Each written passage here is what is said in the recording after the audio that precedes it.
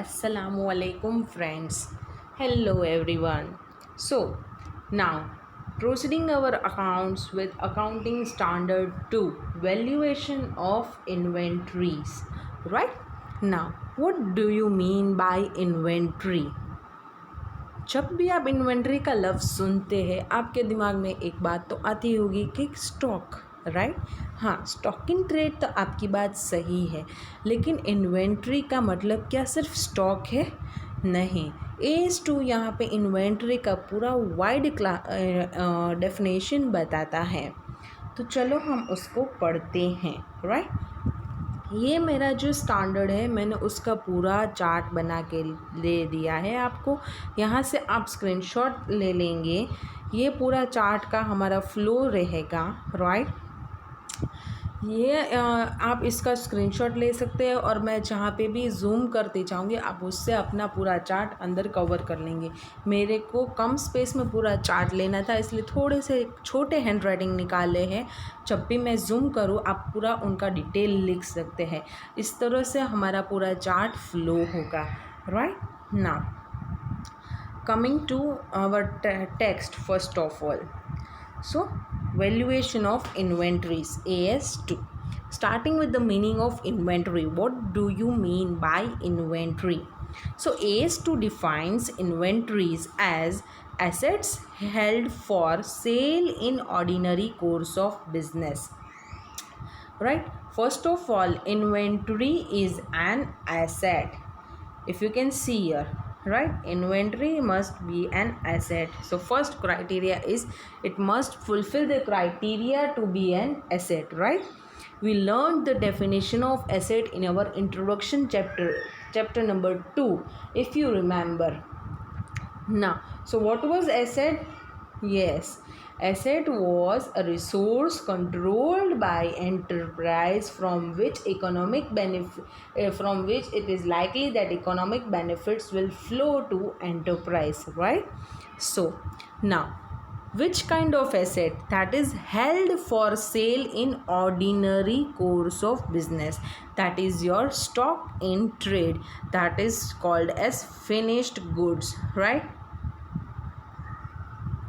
Thereafter, held in process of production for such sale.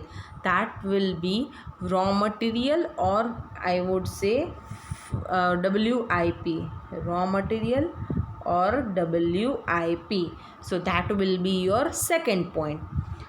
Now next, for consumption in production of goods or services including maintenance supply. Now held for consumption मतलब आपको production में consume करने के लिए वो चीज़ें चाहिए हैं, उन सभी कंज्यूमेबल्स को भी इन्वेंट्री बोला जाएगा, including maintenance supplies and consumables other than machinery, spares, servicing equipment and standby equipment, meeting the definition of property, plant, equipment. Whenever where further we will study AS10 property, plant, equipment, you will understand that each and every asset to be classified as PPE must fulfill the criteria of definition of PPE, that is property, plant, equipment. Now all those machinery, spares, servicing equipment, standby equipments that are capitalized with your asset will not be held as inventory, but those supplies, those consumables, those loose tools that are held for production but are not fulfilling the definition of PPE will be classified as inventory, right.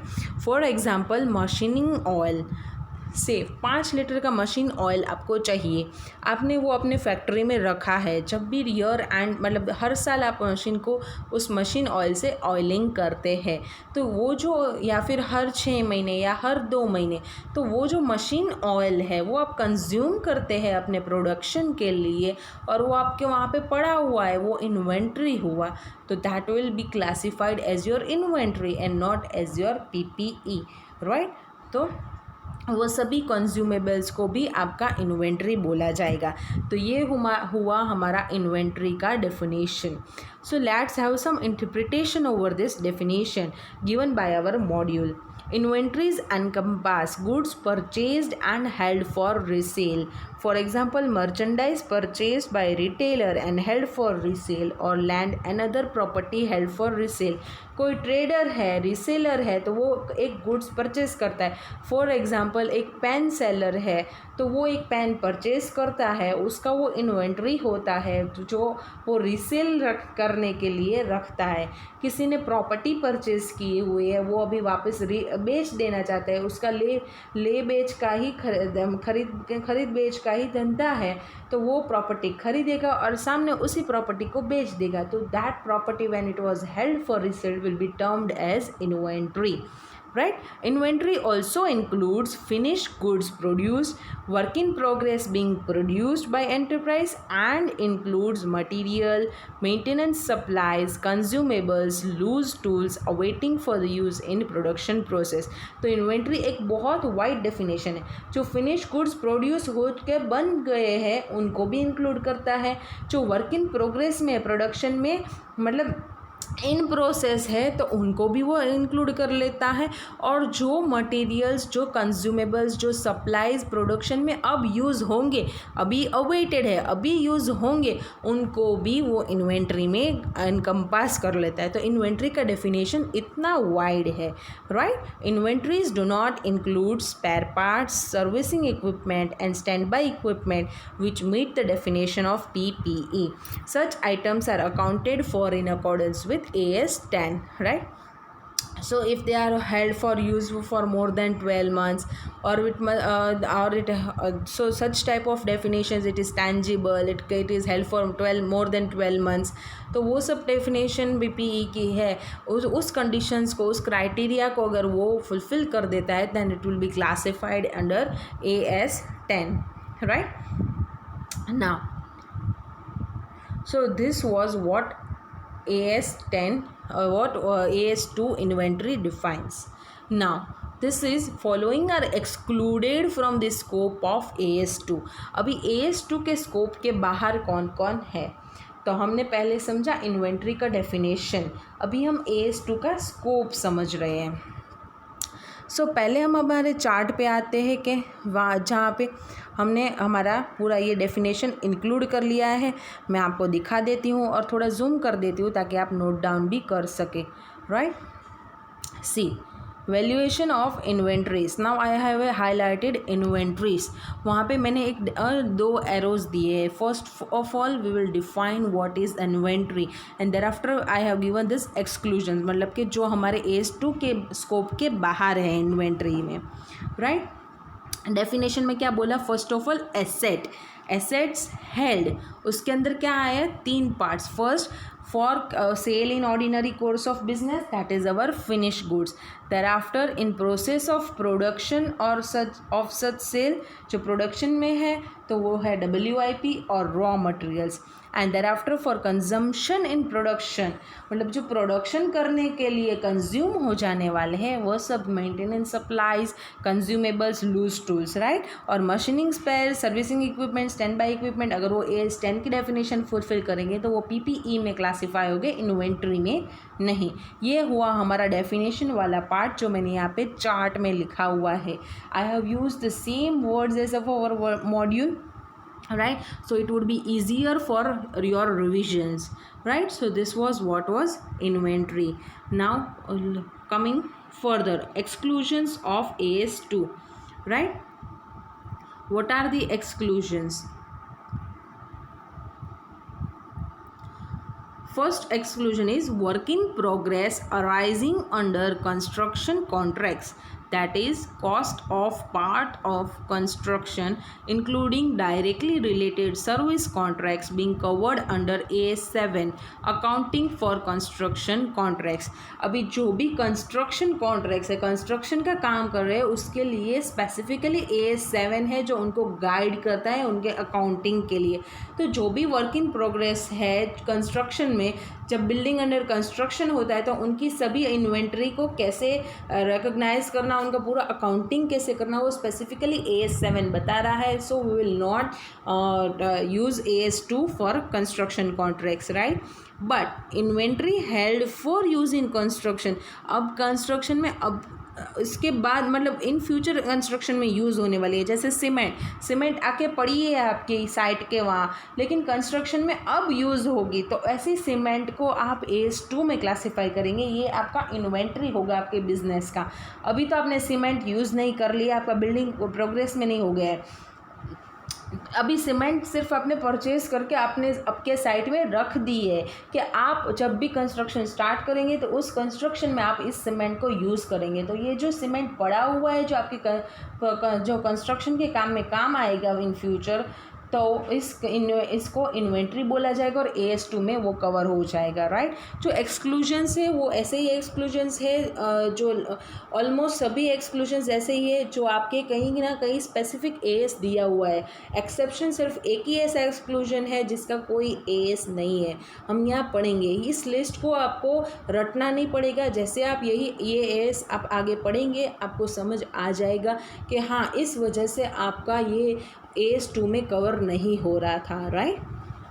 तो पहला हुआ AS7 के हिसाब से construction contract. thereafter work in progress arising in ordinary course of business of service providers, right. तो जो working progress है service providers का, वो भी आपका यहाँ पे कवर नहीं होगा। क्यों नहीं होगा? क्योंकि इसके लिए स्पेसिफिकली AS9 रेवेन्यू रिकॉग्निशन बताता है कि आपका जो सर्विस प्रोवाइडर का रेवेन्यू है वो आपको कैसे रिकॉग्नाइज करना है। जब आपने पूरी सर्विस नहीं दी हुई है, आपका सर्विस इन प्रोग्रेस है, तो जितना परसेंटेज कंप्लीट हुआ है आपका सर्विस, उस हिसाब से आपका सर्विस का रेवेन्यू रिकॉग्नाइज करता है। तो इसकी चर्चा AS9 में हो जाती है, इसलिए आपको ये इसका कोई भी कंसिडरेशन AS2 में नहीं लेने का है, राइट। इसका एग्जांपल है सॉफ्टवेयर डेवलपमेंट। आपने किसी को अपना सॉफ्टवेयर डेवलप करने के दिया है, फॉर एग्जांपल बैंकिंग है, बैंकिंग ने अपना ATM सॉफ्टवेयर किसी को बनाने के लिए IT कंपनी को दिया हुआ है। अभी IT कंपनी डायरेक्टली सॉफ्टवेयर बना के नहीं दे सकती है, पूरा एक कस्टमाइज सॉफ्टवेयर बना के उनको देने का होता है। तो पहले वो रिक्वायरमेंट्स जानती है, फिर उसके हिसाब से वो उसका कस्टमाइज पैकेज डेवलप करती है, उसकी रिक्वायरमेंट्स के हिसाब से फिर वो डेमो के लिए देती है। तो पूरा सॉफ्टवेयर एक साथ नहीं बन जाता है, फेजेस में डेवलप होता है। तो जो वो फेजेस में डेवलप होता है तो पूरा काम एक साथ एक ही साल में नहीं हो जाएगा, एक ही रिपोर्टिंग पीरियड में नहीं होगा। So it will take time. तो your working progress, there will be working progress. तो आप जितना काम आपका कंप्लीट हुआ उसके हिसाब से आप रेवेन्यू रिकॉग्नाइज करेंगे, राइट। तो जो उसका स्पेसिफिक पार्ट है AS9 में बात हो जाती है, तो you will not consider it here. Now उन्होंने एक एग्जांपल दिया है कि फॉर अ शिपिंग कंपनी है, उसके लिए fuel and stores not consumed at the end of accounting period is inventory but not cost for voyage in progress, right. अभी जो कोई भी वॉयेज प्रोग्रेस में है, तो जो वो वॉयेज में फ्यूल्स थे, स्टोर्स थे, जो रिपोर्टिंग पीरियड के एंड में कंज्यूम नहीं हुए हैं, वो सब उसके लिए इन्वेंट्री है, राइट। वो कॉस्ट नहीं है, वो वर्क इन प्रोग्रेस का जो उनका वोएज प्रोग्रेस में है उनका कॉस्ट नहीं है, लेकिन वो इन्वेंट्री होगा। Because fuels and stores are not that it will be always consume by that voyage, they are kept for use in some future time, right? So they are held for use or held for consumption, right? But at the end they are in our stock, it will be considered as inventory, right? तो ये हुआ हमारा दूसरा exception. तीसरा exception, shares, debentures and other financial instruments held as stock in trade. It should be noted that they are excluded because AS13 specifically guides us about the accounting of such investments held as stock in trade, right? तो ये जो shares है, debentures, आपने शायद stock in trade, आपका उसका ही धंधा है, शेयर लेके बेच डालो, उसका ही धंधा है। तो ऐसे फिनेंशियल इंस्ट्रूमेंट्स का स्पेसिफिकली अकाउंटिंग AS13 ने बताया हुआ है। और नॉर्मली जो आपने ये शॉर्ट टर्म में हेल्ड किए हुए हैं, ले बेच करने के लिए हेल्ड किए हुए हैं, तो इस टेम्पररी इन्वेस्टमेंट को आप कॉस्ट और fair market value which ever is lower पे वैल्यू करेंगे, right. Next, producers inventories of livestock, agriculture and forest products and mineral oils, ores and gases guesses to the extent that they are measured at NRV net realizable value। जो live stock का inventory है, agricultural forest products का inventory, उसके ऊपर कोई भी AS नहीं है अभी तक, राइट। लेकिन इन डेज इसकी चर्चा करते हैं, इन डेज आपको फाइनल में पढ़ने आएंगे, तो अभी इसका टेंशन लेने का नहीं है। तो ये भी यहाँ से एक्सक्लूड किया गया है, क्योंकि लाइव स्टॉक का आप कोई कॉस्ट नहीं निकाल सकते हैं, राइट। चिकन है और चिकन ने भी अंडे दिए, तो उसका पूरा कोई भी कॉस्ट आप नहीं निकाल सकते हैं, तो उसकी वजह से उस इन्वेंट्री को भी उसको यहाँ पे इन्वेंट्री से हटा दिया गया है, राइट। और मिनरल ऑयल्स और गैसेस जो हम एक्सट्रैक्ट करते हैं और वो जो हम उसको NRV पे वैल्यू करते हैं, तो इन सभी मिनरल ऑयल्स और एंड गैसेस को भी हम इन्वेंट्री के रूप में कंसिडर नहीं करेंगे, राइट। ये सभी ऐसे हैं कि इन्वेंट्री की डेफिनेशन तो कहीं ना कहीं फुलफ़िल कर देते हैं, लेकिन स्पेसिफिकली इस अकाउंटिंग स्टैंडर्ड ने इनको इस डेफिनेशन से हटा दिया है, right. So this was what exclusions. Now, the type of inventories are related to nature of business। हर एक का इन्वेंट्री उनके बिजनेस के हिसाब से अलग अलग होता है। अगर ट्रेडिंग कंसर्न की बात करें तो उनका परचेज फॉर रीसेल होता है, मतलब एक प्रोडक्ट खरीदा, पेन खरीदा, बास्केट खरीदा, उसको ही बेचने का है, तो वो रीसेल के लिए खड़ा हुआ होता है।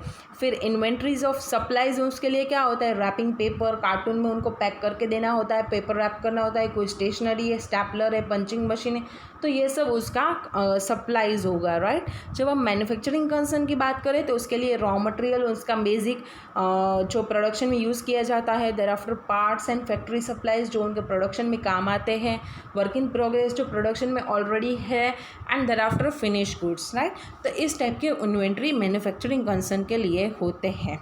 ना एट द ईयर एंड हमें इसका वैल्यू करना होता है, यानी कि हमें इनकी कॉस्ट जाननी होती है, उस हिसाब से हम इसका वैल्यूएशन कर पाएंगे। At the year end every business entity needs to ascertain the closing balance of inventory which comprise of inventory of raw material, working progress, finish goods and other miscellaneous items.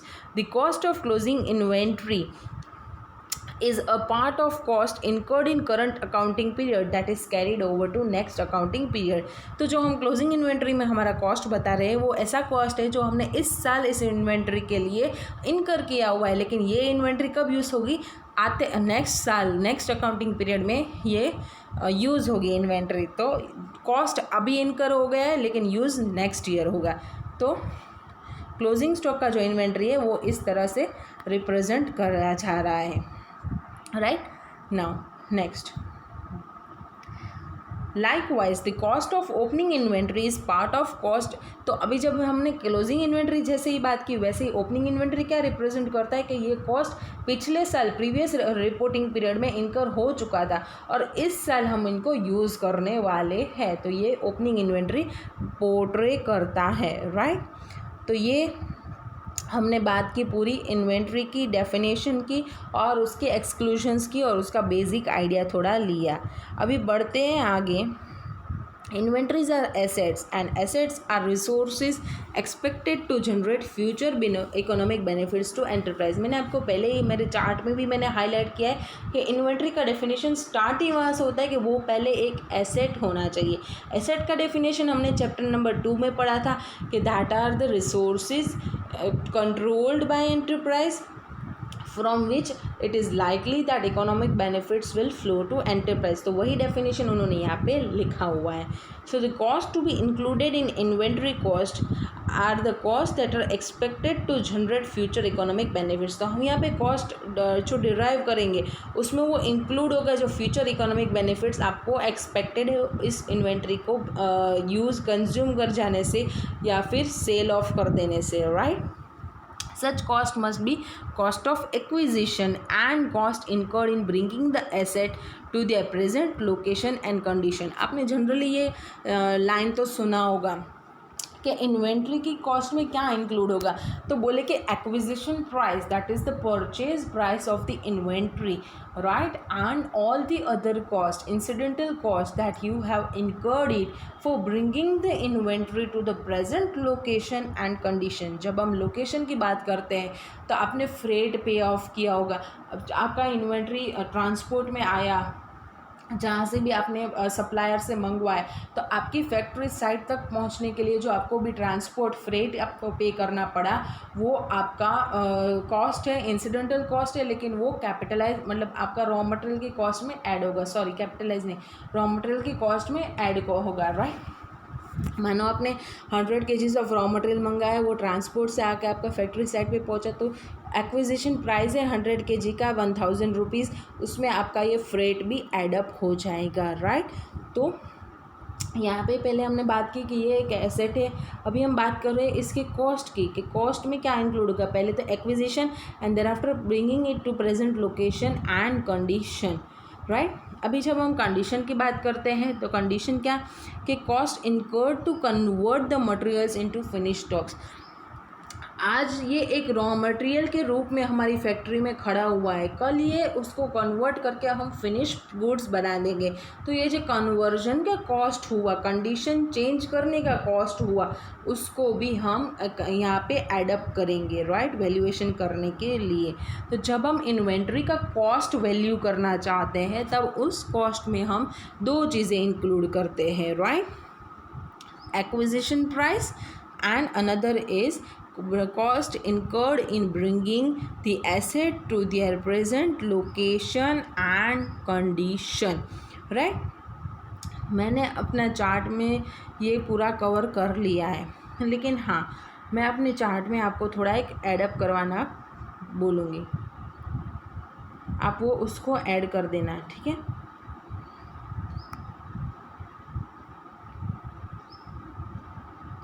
सो ये हुआ हमारा cost का बारे में बात। अभी तो बहुत ब्रीफ में हमने बात की है, पूरा डिटेल में हम आगे हर एक एस्पेक्ट को लेंगे, right. The cost incurred to maintain the inventory, example storage cost.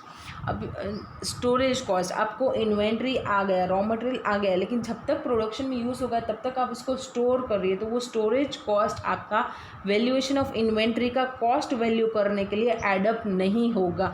Y नहीं होगा, क्योंकि वो स्टोरेज कॉस्ट कोई भी तरह से एसोसिएटेड नहीं है आपके रॉ मटेरियल के एक्विजिशन में, या फिर आपके रॉ मटेरियल को आपके फैक्ट्री साइट तक पहुंचाने के लिए, या उसको कन्वर्जन टू फिनिश स्टॉक्स बनाने के लिए। तो ये स्टोरेज कॉस्ट डायरेक्टली अट्रिब्यूटेबल इन सब चीज़ों से नहीं है, इसलिए हम इसको यहाँ से दूर कर देंगे। हमने पहले ही हमारा एस्पेक्ट बोल दिया, हम उसी कॉस्ट को लेंगे जो है cost of acquisition and cost incurred for bringing the inventory to the present location and condition. ये इस एस्पेक्ट में कवर नहीं हो रहा है, इसलिए हम स्टोरेज कॉस्ट को कंसिडर नहीं करेंगे हमारे कॉस्टिंग इन्वेंट्री का कॉस्टिंग करने के लिए। हालांकि अगर मानो कि कोई रॉ मटेरियल आपने परचेज़ किया, उस रॉ मटेरियल का कंडीशन ऐसा है आपका कि ये रॉ मटेरियल आपको पहले स्टोर करना पड़ेगा, फिर ही आप उसका यूज़ कर पाएंगे, या फिर सेवरल कंडीशंस में आपको उसको स्टोर करके रखना पड़ेगा, than it will be ready for use in your production, may be for 1 day 2 days। तो आपका ये जो स्टोरेज कॉस्ट है, ये डायरेक्टली एसोसिएट हुआ आपके प्रोडक्शन से, कि अगर आप स्टोर नहीं करेंगे तो आप उसको प्रोडक्शन के लिए कंज्यूम नहीं कर पाएंगे। So for that then storage cost will be necessary and it will be considered in the valuation of your cost of inventory, right. So storage costs do not generate any extra economic benefits and therefore should not be included. But unless these costs are necessary in production process prior to further production stage, production में आगे बढ़ने से पहले ही ये cost necessary था कि आपने अगर स्टोर नहीं किया, रॉ मटेरियल यूज़ नहीं कर पाएंगे, तो आपका ये स्टोरेज कॉस्ट एसेंशियल है, क्रूशियल है। आपको valuation of inventory, valuation of cost of inventory में आप इसको एडअप कर देना पड़ेगा, राइट। तो ये हुआ इम्पोर्टेंट, एक स्टोरेज की चर्चा हमने कर ली, ठीक है ना। The valuation of inventory is crucial because it has direct impact with your profits. How, अभी वैल्यूएशन ऑफ इन्वेंट्री की आपके लिए बहुत इम्पॉर्टेंट है। वाई के बिकॉज के हमें इसके साथ हमारा प्रॉफिट पे डायरेक्ट इम्पैक्ट पड़ रहा है। कैसे पड़ रहा है, आप जैसे मानो कि ये आपका प्रॉफिट एंड लॉस है, राइट, ये आपका है P&L, तो यहाँ पे ट्रेडिंग एंड P&L, राइट। तो यहाँ पे आपका ओपनिंग इन्वेंट्री है, यहाँ पे आपका क्लोजिंग इन्वेंट्री है। मानो क्लोजिंग इन्वेंट्री 40,000 है, राइट। कितना है आपका क्लोजिंग इन्वेंट्री 40,000। तो आपका प्रॉफिट पे इस 40,000 का इम्पैक्ट पड़ेगा, राइट। अभी अगर मानो कि मैं यहाँ पे गलत वैल्यूएशन किया, 40 नहीं, उसके जगह पे मेरा वैल्यूएशन 60,000 आना चाहिए था, तो आपका प्रॉफिट डायरेक्टली 20,000 से बढ़ जाएगा। अगर मानो मैंने कैलकुलेशन गलत किया और ये 40 की जगह पे 20 ही आपका वैल्यूएशन था, राइट, तो यहाँ पे डायरेक्टली आपका प्रॉफिट 20 से माइनस हो जाएगा, मतलब रिड्यूस हो जाएगा। तो वो डायरेक्ट इम्पैक्ट है उसका प्रॉफिट और लॉस है जो आपने कंप्यूट किया उस पर। तो उस वजह से you need to value the inventory very accurately and it is very essential to value it, right.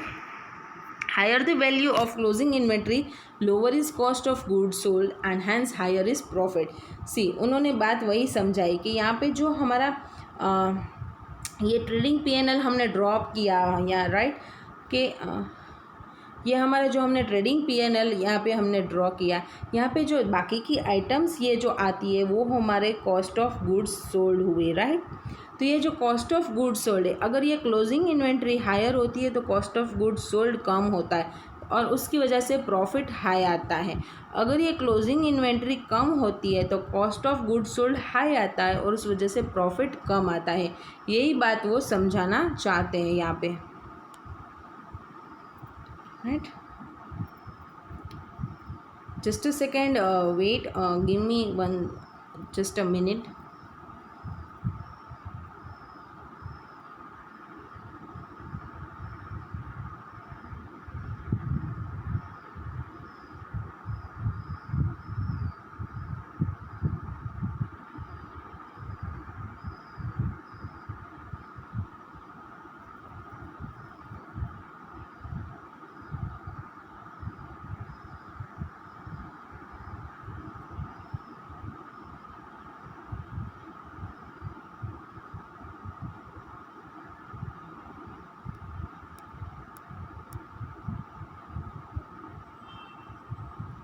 So the valuation of inventory is very much crucial for us, right? So as I displayed you that it has a very much direct impact on your profit and loss for your reporting period. Sorry for my interruption. Right now, for moving further, the principle of prudence demands that no profit should be anticipated. So अभी यहाँ पे जो वो लोग बात करना चाहते हैं, वो लोग ऐसा बोलना चाहते हैं कि आपने चैप्टर 2 में पढ़ा था कि हम प्रूडेंस को फॉलो करेंगे। AS1 में भी हमने पढ़ा कि अकाउंटिंग पॉलिसीज़ को सिलेक्ट करने के लिए हमारा सेकेंडरी कंसिडरेशन था प्रूडेंस। प्रूडेंस मतलब क्या, सावचेती रख के आपको अकाउंटिंग करना था। तो वहाँ पे उन्होंने मतलब हमें बहुत कंजर्वेटिज्म अप्रोच से हमारा इनकम को रिकॉग्नाइज करने का बोला गया था, लेकिन एक्सपेंस को तो हर हाल में रिकॉग्नाइज कर देने का भी बोला था, राइट। जब हम ये प्रूडेंस की बात करते हैं तो हम ये भी बोलते हैं कि जब हम इन्वेंट्री का वैल्यूएशन करते हैं, अगर वो जो इन्वेंट्री का कॉस्ट है वो आपके NRV से इक्वलाइज है या फिर NRV से कम है तो आप उसको कॉस्ट पे रिकॉग्नाइज कर ले, नो प्रॉब्लम। बट जब आपका NRV गिर गया है आपकी कॉस्ट से, your NRV is lower than your cost, मतलब कि आपको लॉस होने वाला है। आपका इन्वेंट्री, आपका कॉस्ट मानो 5,000 है, NRV 4,000 है, मतलब कि आप जब इन्वेंट्री बिकने जाओगे तो you will only encash 4,000 and not 5,000। तो ये गलत होगा अगर आप अपना इन्वेंट्री कॉस्ट पे दिखा के 5,000 दिखाओ, हालांकि आपको मिलने वाला तो सिर्फ 4,000 है आज की डेट पे। तो आप जब वो NRV पे वैल्यू करेंगे तो जो 1,000 का एंटिसिपेटेड लॉस आपको होने वाला था वो आप अभी रिकॉग्नाइज कर देंगे और प्रॉफिट एंड लॉस में आपका लॉस दिखाएंगे, loss due to valuation of inventory, right. लेकिन मानो आपका कॉस्ट 5,000 है और NRV 6,000 है तो हम सिर्फ हमारा इन्वेंट्री को 5,000 पे ही वैल्यू कराएंगे। क्यों? क्योंकि हमें पता है कि हमारा 1,000 रुपये का प्रॉफिट होगा जब हम इसको बेचेंगे, लेकिन due to prudence we never recognize the anticipated profits, we will value our inventory at 5,000। इस हिसाब से हमारा principle of valuation of inventory हुआ लोअर ऑफ कॉस्ट और NRV। आपने दोनों एग्जाम्पल में देखा 4000 दोनों से कम था, 4000 और 5000 से, और 5000 और 6000 में 5000 कम था, इसलिए हमने लोअर ऑफ कॉस्ट और एनआरवी पे हमारा इन्वेंट्री वैल्यू किया। तो ये है AS2 का principle of valuation of inventory for finish goods and working progress. आगे मैं डिटेल में ये पढ़वा रही हूँ। तो यही बात यहाँ पे उन्होंने पूरी समझाई है कि इस प्रूडेंस के हिसाब से ये पूरा वैल्यूएशन प्रिंसिपल ऐसे बना हुआ है, राइट। अभी moving further, if net realisable value is less than its cost the unusual loss we will directly, मैंने आपको बोला कि ये जो अनयूजुअल लॉस आपको हुआ, एंटिसिपेटेड लॉस आपको हुआ, आप इमीडिएटली इस साल के प्रॉफिट एंड लॉस में रिकॉग्नाइज कर लेंगे। तो वो जो है आपको सेपरेट लाइन आइटम बनाना है। ये आपका एबनॉर्मल लॉस है, अनयूजुअल लॉस है, हर साल ऐसा नहीं होना। तो ये आपको सेपरेट लाइन आइटम बताना होगा, डिस्प्ले करना होगा अपने प्रॉफिट एंड लॉस में सेपरेटली, राइट, ताकि यूज़र्स है आपके फिनेंशियल स्टेटमेंट्स को, उनको हाईलाइट हो सके वो पॉइंट, और उसके लिए एक इन्फॉर्मेशन, प्रॉपर इन्फॉर्मेशन उनको मिल सके, एक्यूरेट इन्फॉर्मेशन वो, और उसका वो अच्छे से एनालिसिस कर पाए, right. So by this you can understand that it is a very nature that we always recognize abnormal losses and show it separately. हालांकि abnormal gains are not expected to recur regularly, and here we, due to prudence, we are not recognizing this abnormal gain, right. Now Part 1 of Schedule 3 prescribes the valuation method that should be disclosed by inventory held by companies. Companies Act में Schedule 3 उसका अपना procedure बताता है valuation करने का और financial statement में अपना इन्वेंट्री डिस्क्लोज करने का, राइट। अभी हम बात करते हैं मेजरमेंट ऑफ इन्वेंट्रीज। सो ये हुआ हमारा पूरा इन्वेंट्री का बेसिक पूरा इंट्रोडक्शन, उसका वैल्यूएशन और उसके कॉस्ट पे बेसिक बातें हमने कर ली। अभी हम आ रहे हैं मेजरमेंट में। यहाँ पे मैं एक थोड़ा पॉज जाके मैं अपने चार्ट में जाती हूँ, मैं आपको समझाती हूँ कि पूरा फ्लो कैसे रहा है। सी, हमने यहाँ पे हमारा एक्सक्लूजन भी पढ़ लिया है, जो मैंने यहाँ पे लिखा था AS7, AS9, AS13 and live stock mineral oils, right. तो ये हुआ हमारा पूरा दोनों क्लासिफिकेशन। अभी यहाँ से हमने वैल्यूएशन पढ़ा, तो फिनिश गुड्स और WIPA के लिए अभी तो वही है कॉस्ट और NRV which ever is lower. Raw material का अलग वैल्यूएशन बोला है, वो हम पढ़ेंगे। फिर NRV क्या है वो हम पढ़ेंगे, तो मैंने वो चार्ट में कवर कर लिया। फिर हमने कॉस्ट पढ़ा, कॉस्ट और NRV which ever is lower, तो NRV कैसे कॉम्पीट करते हैं वो हम समझते हैं। फिर कॉस्ट के एस्पेक्ट्स हम पढ़ेंगे। तो ये है सभी कॉस्ट के aspects. If you see here, cost of purchase, cost of conversion, other cost and exclusions. यहाँ पे एक लाइन मुझे ऐड करनी है, if you all support me. See, ये जो पूरा कॉस्ट का मैंने लिखा है ना, ये कॉस्ट का पूरा एक लाइन ड्रॉ किया ना, ये पूरा कॉस्ट का क्लासिफिकेशन दिखाने के लिए, वहाँ पे अब अपर साइड आपको एक लाइन ऐड करने की है। यहाँ पे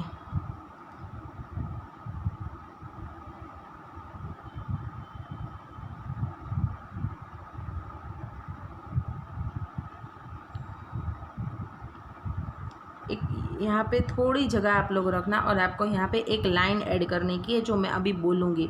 सिर्फ यहाँ इस चार्ट में एक लाइन की जगह आपको यहाँ पे रखनी है। अब आपको शायद समझ में आ गया, राइट।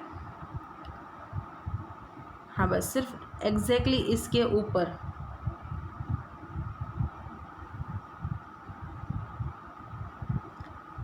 ये जो सभी क्लासिफिकेशन मैंने कॉस्ट के दिए ना, उसके ऊपर एक लाइन आपको रखने की है। आपको समझ में आ गया, ठीक है। तो यहाँ से मैंने मेरा चार्ट को आगे लेके गई, मैंने पूरा कॉस्ट का एस्पेक्ट दिया कि हमने बोला ना एक्विजिशन प्राइस, तो मैंने कॉस्ट ऑफ परचेज समझाया।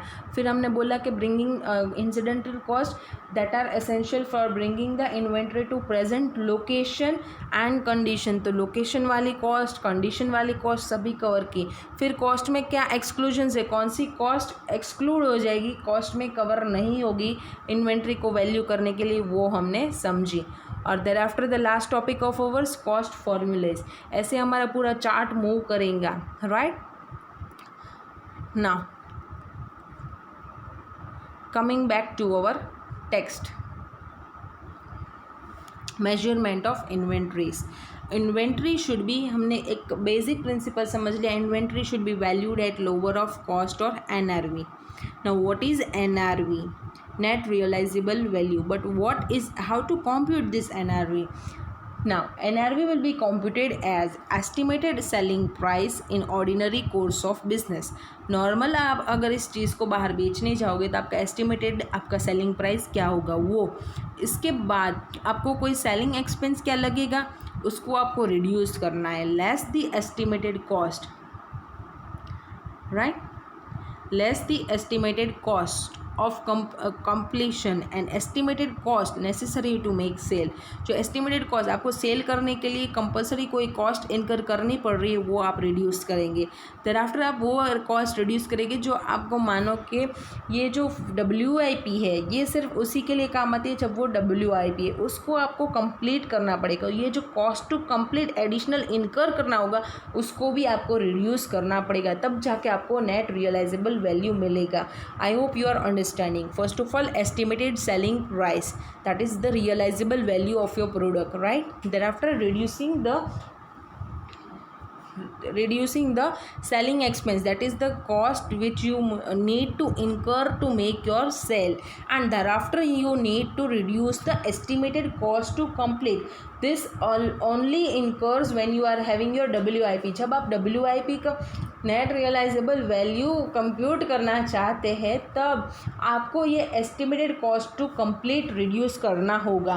क्यों? क्योंकि जो WIP है उसको आपको फिनिश प्रोडक्ट बनाना पड़ेगा, तो एडिशनल कॉस्ट आपको इनकर करना पड़ेगा. इस प्रोसेस को कंप्लीट करने के लिए वो आपको रिड्यूस करना पड़ेगा, राइट. तो ये हुआ हमारा NRV का कॉम्प्यूटेशन.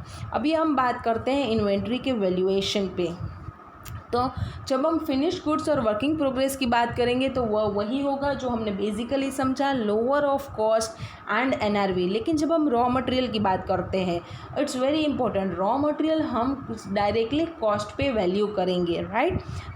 कब? अभी यहाँ पे एक एक्सेप्शन है कि हम रियलाइजेबल वैल्यू पे रॉ मटेरियल को वैल्यू करेंगे सिर्फ उसी कंडीशन में जब हमारा फिनिश गुड्स है वो कॉस्ट के नीचे सेल हो रहा है. मतलब कि when our finish goods are being sold out at lower of the cost of finish goods, तब हम हमारा रॉ मटेरियल रिप्लेसमेंट कॉस्ट से वैल्यू करेंगे. रिप्लेसमेंट कॉस्ट मतलब क्या?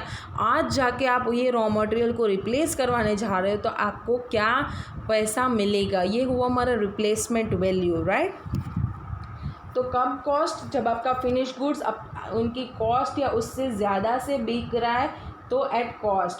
लेकिन जब आपका फिनिश गुड्स अपनी कॉस्ट से बिलो अमाउंट पे बिक रहा है तब आप रॉ मटेरियल्स को रिप्लेसमेंट कॉस्ट पे वैल्यू करेंगे. I hope you are very clear. और यहाँ पे बात हुई फिनिश गुड्स की, lower of cost and NRV. Cost में 3 एस्पेक्ट्स आएंगे. Cost of purchase, that is the acquisition price, purchase price, right. Cost of conversion, आपका जो condition cost incurred to bring your inventory to present condition, वो होगा आपका cost of conversion. And other cost, that means each and every cost that are covered to bring your inventory to your present location and condition, right. Now here we are given an example. Let us look over it. Example number 1. Cost of a partly finished unit at the end of 16-17 is 150, right. That is partly finish unit मतलब कि हमारा WIP. The unit can be finish next year by a further expenditure of 100. तो ये हुआ हमारा estimated cost to complete, that is 100. Finish unit can be sold at 250, that is estimated selling price is 250.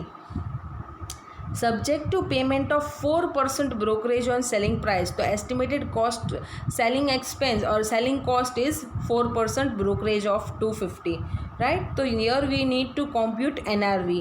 तो कैसे compute होगा? हाँ, पहले तो हमारा एस्टिमेटेड सेलिंग प्राइस 250 था, मैं यहाँ पे ले लेती हूँ. एस्टिमेटेड सेलिंग प्राइस हमारा यहाँ पे 250 था, ठीक है. हमारी फॉर्मूला से के हिसाब से estimated selling price that is 250. Thereafter you need to reduce the selling expense, that is brokerage, 4% of 250, that is 10 rupees, right? So there comes 10 rupees. ये मिला के हमारा 240 हुआ. फिर हमारा एडिशनल कॉस्ट टू कंप्लीट दिया हुआ था, कितना था वो? हाँ 150, 1 मिनट,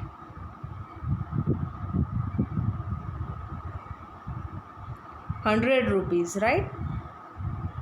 तो वो भी हम यहाँ पे माइनस कर देंगे, तो बाकी की अमाउंट आई वो है 140. ये हुआ हमारा NRV, ठीक है. और हमारा कॉस्ट कितना दिया हुआ है?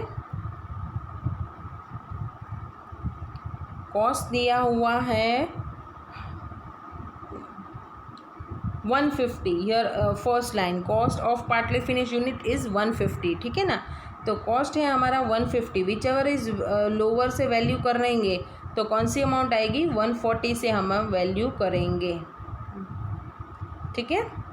तो ये हुआ हमारा example number 1. I hope it is clear to all of you, right. So इस तरह से हमने पूरा मेजरमेंट प्रिंसिपल समझ लिया और NRV का कॉम्पिटिशन समझ लिया. अब आगे बढ़ते हैं the very essential topic, cost of inventory. Briefly हमने समझ लिया the cost incurred for bringing inventory to present location and condition and plus acquisition price.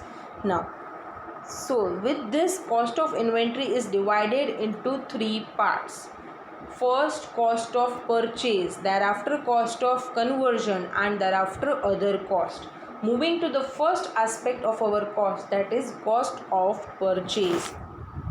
The cost of purchase consists of purchase price including duties and taxes other than those subsequently recoverable by enterprise from the taxing authorities and other expenditure directly attributable to the acquisition.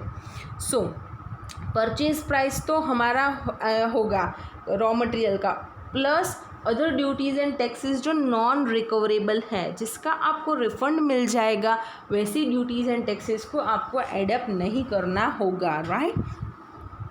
Then after other expenditure directly attributable to acquisition, that is freight, insurance, carrying cost that is related before prior to production. तो वो सभी cost add होंगे आपके purchase price में, right. Thereafter, trade discounts, rebates, duty drawbacks and other similar items are deducted in determining cost of purchase. जो trade discount है, फिर rebates है, आपको कोई ड्यूटी ड्रॉबैक मिला, रिबेट्स और ड्यूटी ड्रॉबैक्स तभी डिडक्ट करने आएंगे जब आपने ड्यूटीज़ एंड टैक्सेस जो रिफंडेबल हैं उनको प्रीवियसली ऐड किया था, तभी आपको ये जो ड्रॉबैक मिला है, रिबेट मिला है, आप उसको डिडक्ट करेंगे, राइट. अगर आपने उसको एडअप ही नहीं किया है ऐसी ड्यूटीज़ एंड टैक्सेस को, तो आपको डिडक्ट करने की भी ज़रूरत नहीं पड़ेगी, राइट. फिर ट्रेड डिस्काउंट, क्वांटिटी डिस्काउंट्स, उसको भी आप रिड्यूस करेंगे, लेकिन कब रिड्यूस करेंगे? जब आपका एक्विजिशन प्राइस इंक्लूडिंग सच डिस्काउंट है, राइट. अगर आपका acquisition price net of discount है तो फिर आपको रिड्यूस करने की ज़रूरत नहीं पड़ेगी. I hope you are clear. यहाँ पे आपका इंस्टीट्यूट आपके सम में ट्रिकअप कर सकता है, तो ये आपको फोकस पॉइंट रहेगा कि आपका acquisition price net of discounts है या इंक्लूडिंग डिस्काउंट्स है, राइट. देन आफ्टर टैक्सेस वैसे एडअप हुए हैं जो रिफंडेबल थे, तभी आपको ड्रॉबैक एंड रिबेट्स को रिड्यूस करना होगा, otherwise not, right. So this was the point. You must be very very very focused on it. You must keep your eyes on it, right, while you are solving this sum, especially during examination, because nervousness में ऐसी बातें छूट जाती है और हमारा सम पूरा गलत हो जाता है. तो knowing the concepts. Now ये हुआ हमारा पूरा पहला एस्पेक्ट, कॉस्ट ऑफ परचेज. मैंने ये पूरा चार्ट आपको बना के दे दिया है मेरे टेबल में. Cost of purchase, purchase price, add up non-refundable taxes and duties. Thereafter you can see here carrying cost, that is inward freight. Thereafter inward insurance cost and other costs that are directly related to the acquisition, less trade discount, quantity discount, duty drawback, rebates, and you will get the cost of purchase. तो ये हुआ आपका पहला cost of purchase का aspect. अभी हम आगे बढ़ते हैं कॉस्ट ऑफ कन्वर्जन पे। जब हम कॉस्ट ऑफ कन्वर्जन की बात करते हैं तब सिर्फ दो चीज़ें हमें दिमाग में आती है। आपका रॉ मटेरियल की बात तो हमने आगे कर ली, राइट। यहाँ पे परचेज में हमारे रॉ मटेरियल की बात आ गई, लेकिन जब हम बात करते हैं कन्वर्जन की तो कन्वर्जन में बाकी क्या रह गया, right, exactly, the factory cost and the labour. So, first of all, labor, direct labor that is directly related to production will be included in cost of conversion, and the other factory cost, that is factory overheads. Right now, these overheads are classified into two, fixed and variable. If you know it, fixed overheads मतलब कि वो ऐसे overheads है जो time to time base पे amount होता है उनका, पीरियोडिकल होते हैं, पीरियोडिकल बेसिस पे, और वो टोटल में चेंज होते हैं, राइट, पर यूनिट में चेंज होते हैं, टोटल में कांस्टेंट रहते हैं। जबकि वेरिएबल कॉस्ट पर यूनिट में सेम रहते हैं, टोटल में चेंज होते हैं। Variable cost are such cost that vary with the change in production. आपका प्रोडक्शन की यूनिट्स चेंज होंगे, उसके हिसाब से आपका वेरिएबल कॉस्ट चेंज हो जाएगा, लेकिन फिक्स कॉस्ट तो आपका सेम ही रहेगा from your period to period, right. It does not have any impact with your change in level of production. Somewhat basic intro about this overheads, right? Now, fixed production overhead should be absorbed systematically to units of production over normal capacity. Generally हम fix overheads को normal capacity पे allocate करते हैं। आपको जो production का normal capacity है उस नॉर्मल प्रोडक्शन लेवल पे आप अपना फिक्स ओवरहेड्स अलोकेट करेंगे, राइट। मतलब कि नॉर्मल कैपेसिटी, अब आप बोलेंगे कि नॉर्मल कैपेसिटी मतलब क्या, तो normal capacity is that enterprise is normally expecting a level of production that it will achieve on average number of periods और seasons in the normal circumstances, right. Taking into account the loss of capacity resulting from plant maintenance. अगर आप planning करके पूरा production कर रहे हैं, उसमें आपका एबनॉर्मल लॉस भी निकाल के आपका जो नॉर्मल कैपेसिटी प्रोडक्शन का है उसके ऊपर आप अपना फिक्स ओवरहेड्स अलोकेट करेंगे, राइट। उसका एक एक्सेप्शन भी आएगा, मैं आपको आगे बताती हूँ। The amount of fix overheads allocated to each unit of production should not be increased as a consequence of low production और आइडल प्लांट। अगर एक कहीं आपका लो प्रोडक्शन हुआ है तो उस रिपोर्टिंग पीरियड में आपको पर यूनिट को इंक्रीज़ नहीं कर देना होगा। जो ईच यूनिट का ओवरहेड है वो तो सेम ही रहेगा, ठीक है। Unallocated overheads that is under recovery are recognized as an expense in period. आप जब नॉर्मल कैपेसिटी पे अपना ओवरहेड्स एलोकेट करते हैं तो कभी अंडर एब्जॉर्प्शन होता है, कभी ओवर एब्जॉर्प्शन हो जाता है, राइट। मतलब एक्चुअल प्रोडक्शन आपका ज़्यादा हुआ है, कम हुआ है, उस हिसाब से अंडर एलोकेशन ओवर एलोकेशन हो जाता है।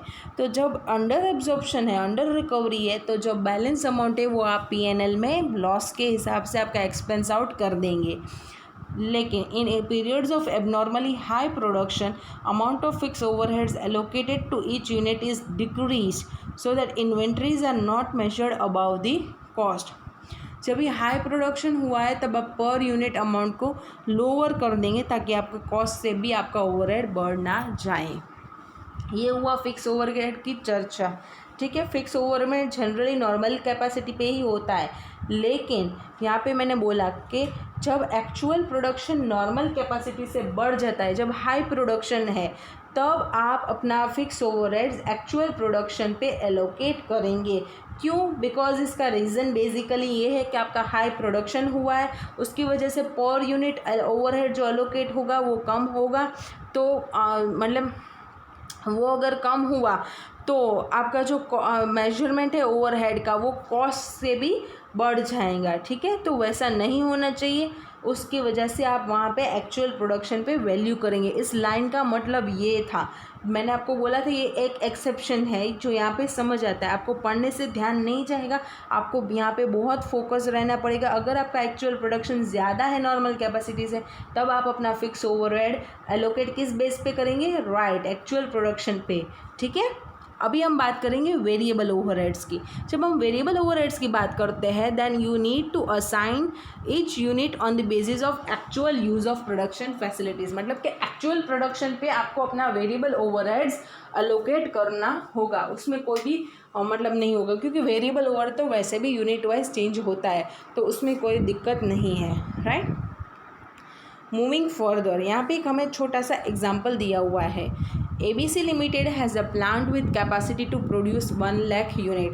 तो ये उनका नॉर्मल कैपेसिटी है 1 lakh and the expected fixed overhead is 18 lakhs.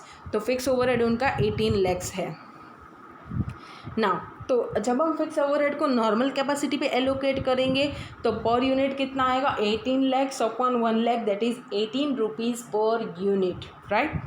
Now actual production हुआ 1 लाख, तो फिक्स ओवरहेड तो उसके हिसाब से ही होगा, वही फिगर आएगा सेम टू सेम। कैसे, 18 रुपीज़ पर यूनिट आया था हमारा कॉस्ट, तो आप इंटू 1 लाख करेंगे तो रुपीज़ 18 लाख ही आपका फिक्स ओवरहेड का कॉस्ट आएगा अलोकेटेड। तो that is a equal absorption, right. लेकिन अगर हम बात करते हैं कि हमारा एक्चुअल प्रोडक्शन सिर्फ 90,000 यूनिट्स हुआ, मतलब कि अंडर प्रोडक्शन, मतलब हमारा प्रोडक्शन लेवल डाउन गया है, राइट, नॉर्मल लेवल से, तो यहाँ पे fix overheads is not going to change with change in output. ये वेरिएबल कॉस्ट नहीं है, तो वो आउटपुट के साथ चेंज तो होगा नहीं, लेकिन कांस्टेंट रहेगा। अमाउंट तो 18 लैक्स ही रहेगी, राइट। तो यहाँ पे कैसे होगा, ओवरहेड्स अगर हम एक्चुअल बेसिस पे काउंट करें तो कितना आएगा, 18 lakhs divide by 90,000, that is 20 per unit. लेकिन हम इन्वेंट्री को वैल्यू करने के लिए कॉस्ट को नॉर्मल कैपेसिटी पे ही लेंगे। मतलब क्या, हमारा नॉर्मल कैपेसिटी पे कॉस्ट कितना आया था, 18 पर यूनिट, तो हम 90,000 units into rupees 18, that is 16,20,000 ही लेंगे। बाकी का जो अंडर एब्जॉर्प्शन हुआ उसको हम प्रॉफिट एंड लॉस में ट्रांसफ़र करेंगे, दैट इज़ 1,80,000 हम प्रॉफिट एंड लॉस में एक्सपेंस्ड आउट कर देंगे। ये एग्जाम्पल बहुत अच्छा है, आपको under absorption, over absorption, normal capacity पे कब वैल्यू करना और एक्चुअल कैपेसिटी पे कब वैल्यू करना वो आपको समझा देगा, राइट। तो ये जो केस 2 है वो अंडर एब्जॉर्प्शन की बात कर रहा है, केस 1 और केस 2 दोनों नॉर्मल कैपेसिटी पे जब वैल्यू करने का है तब की बात करता है, और जब केस 3 है यहाँ पे हम एक्चुअल कैपेसिटी पे वैल्यू करेंगे वो बताएंगा। I hope case 1 and case 2 was clear to you. Now moving forward to case 3. Actual production is 1,20,000. Normal कितना था, 1 lakh. Actual is higher than normal. मैंने बोला था जब आपका हाई प्रोडक्शन है तब आप एक्चुअल प्रोडक्शन पे आपका फिक्स ओवरहेड्स वैल्यू करेंगे। तो यहाँ पे हम देखते हैं, पहले हम देख लेते हैं हमारा नॉर्मल कैपेसिटी से हमारा कॉस्ट पर यूनिट कितना आया था, 18 रुपीज़। जब हम एक्चुअल पे करेंगे 18 लैक्स डिवाइड बाई 1,20,000 तो 15 रुपीज़ आ रहा है। अभी मैं आपको यहाँ पे समझाती हूँ क्यों उन्होंने एक्चुअल प्रोडक्शन पे वैल्यू करने का बोला। मैंने आपको वहाँ पे समझाया था, वो लाइन क्या बोल रही थी कि आपका जो फिक्स ओवरहेड्स का एलोकेटेड अमाउंट है वो कॉस्ट से बढ़ जाएगा। कॉस्ट हमारी कितनी है, 18 लैक्स फिक्स ओवरहेड की। अगर आप 18 रुपीज़ पे वैल्यू करेंगे मतलब कि नॉर्मल कैपेसिटी पे, तो 1,20,000 इंटू 18 आपका फिक्स ओवरहेड आएगा 21,60,000। सो आपका इतना सारा वो बढ़ जाएगा, राइट। मतलब कि आपका कॉस्ट एक्चुअल में इनकर सिर्फ कितना हुआ था, 18 लैक्स, लेकिन एलोकेशन कितना हुआ, 21,60,000, विच इज़ एक्चुअली रॉन्ग। तो ये ऐसा ना हो उस वजह से हम एक्चुअल कैपेसिटी पे करेंगे, that is 1,20,000 into 15, that is 18 lakh rupees, right. तो ये ऐसी गलती ना हो उस वजह से हमने ये एक्चुअल प्रोडक्शन पे वैल्यू करने को रखा है। आपको रीज़न भी समझ में आ जाएगा, आज आ गया, पूरा लॉजिक भी क्लियर हो गया इस फिगर्स के साथ, और आपका पूरा चार्ट भी क्लियर हो गया। अब आपको रटना नहीं पड़ेगा कि एक्चुअल कैपेसिटी पे कब वैल्यू करेंगे और नॉर्मल कैपेसिटी पे कब वैल्यू करेंगे। सो आप ऐसे अगर लॉजिकली पढ़ेंगे तो आपको रटने का काम हो जाएगा, राइट।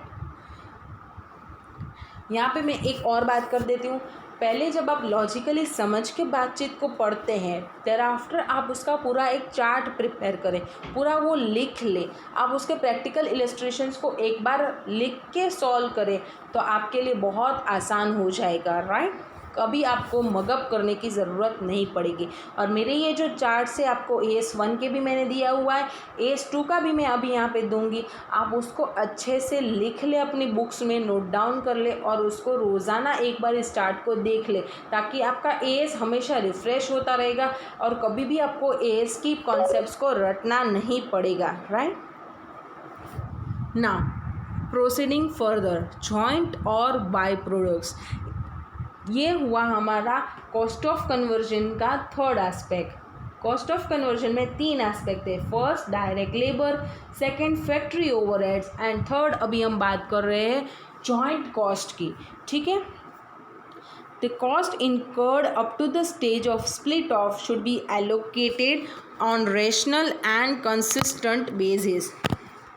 तो जो भी कॉस्ट है आपको जॉइंट प्रोडक्ट हुआ है या बाय प्रोडक्ट हुआ है, उसका स्प्लिट ऑफ पे आपको उस कॉस्ट पे जो भी इनकर हुए उसका रेशनल एलोकेशन करना पड़ेगा। पहले हम बात करते हैं जॉइंट प्रोडक्ट क्या है और बाय प्रोडक्ट क्या है, ठीक है।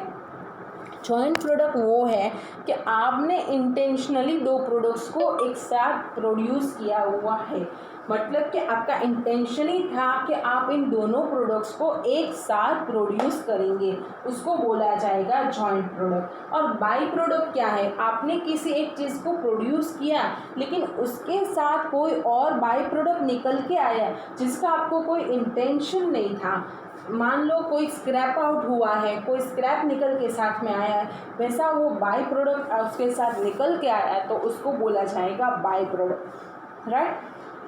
तो यहाँ पे आपको क्लियर है जॉइंट प्रोडक्ट क्या है और बाय प्रोडक्ट क्या है। तो उसका हमें कॉस्ट का allocation at the stage of split off हम लेंगे। द बेसिस ऑफ एलोकेशन में be the sale value at split off point, जहाँ पे जो प्रोडक्शन ख़त्म हो गया हम स्प्लिट ऑफ करेंगे। ये हमारा जॉइंट प्रोडक्ट है, ये हमारा मतलब ये हमारा मेन प्रोडक्ट है और ये हमारा प्रोडक्ट ए है, प्रोडक्ट बी है जो जॉइंटली हमने प्रोड्यूस किया। तो जो स्प्लिट ऑफ पॉइंट पे जो हमारा सेल वैल्यू है उस टाइम का, उस हिसाब से हम उसका रैशनली अलोकेट करेंगे, राइट। लेकिन जब हम प्रोडक्ट का स्क्रैप है, वेस्टेज है, जो बाय प्रोडक्ट साथ में पैदा हुआ, उसको जब हम बात करते हैं तो जब वो प्रोड्यूस हुआ बाय प्रोडक्ट वो ज़्यादा मटेरियल नहीं होता है, इसलिए हम उसको नेट रियलाइजेबल वैल्यू पे वैल्यू करेंगे, राइट। तो जो नेट रियलाइजेबल वैल्यू उसका आएगा वो हम जॉइंट कॉस्ट में माइनस कर देंगे, राइट। बाय प्रोडक्ट ऐसा नहीं है कि जब हम जॉइंट प्रोडक्ट बना रहे हैं तब साथ में नहीं आ सकता है, तब भी वो हो सकता है। तो जब हमारा जॉइंट कॉस्ट रहेगा उससे हमारा बाय प्रोडक्ट का कॉस्ट मतलब बाय प्रोडक्ट का NRV रिड्यूस कर देंगे। या फिर जो हमने मेन आर्टिकल जो हमारा प्रोड्यूस किया उसके साथ बाय प्रोडक्ट आया तो मेन आर्टिकल के कॉस्ट से हम बाय प्रोडक्ट का NRV रिड्यूस कर देंगे, राइट। ये आपको क्लियर है जॉइंट प्रोडक्ट बाय प्रोडक्ट, ठीक है ना। अभी आगे बढ़ते हैं। तो ये हमारा कॉस्ट ऑफ कन्वर्जन का एस्पेक्ट, दूसरा एस्पेक्ट कॉस्ट का अच्छे से कवर हो गया। एक बार हम एक नज़र फिर घुमा लेते हैं हमारे चार्ट पे। Cost of conversion, labour, overheads, joint cost अगर आप देख सकते हैं। फिर वहाँ पे डायरेक्ट लेबर, ओवरहेड्स में 2 क्लासिफिकेशन, फिक्स, वेरिएबल। फिक्स का नॉर्मल, एक्चुअल, वेरिएबल का ऑलवेज एक्चुअल।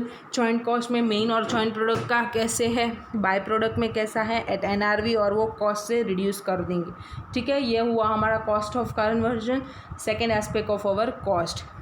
बढ़ते हैं आगे, थर्ड एस्पेक्ट अदर कॉस्ट। इसमें 4 पॉइंट्स है जो हमें ध्यान में रखने हैं, right. So they are here. Other costs. This may be included in cost of inventory provided they are incurred to bring the inventory to their present location and condition. जो भी अदर कॉस्ट इनकर हुई है जो directly अट्रीब्यूटेबल है, associated है inventory को present location and condition में लाने के लिए, तब वो सभी कॉस्ट यहाँ पे इंक्लूड हो जाएगी। राइट, लोकेशन कंडीशन दोनों का मतलब मैंने आगे समझा लिया आपको। यहाँ पे उन्होंने एग्जांपल दिया है कॉस्ट ऑफ डिज़ाइन। अगर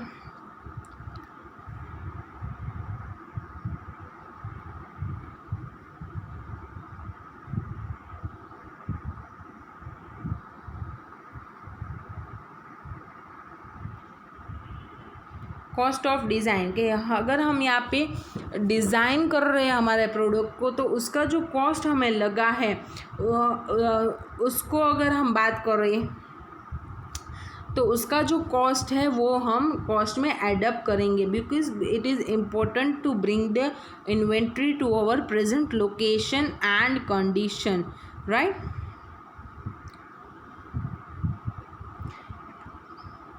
just a second, next page मेरा रह गया है वो देख लेते हैं।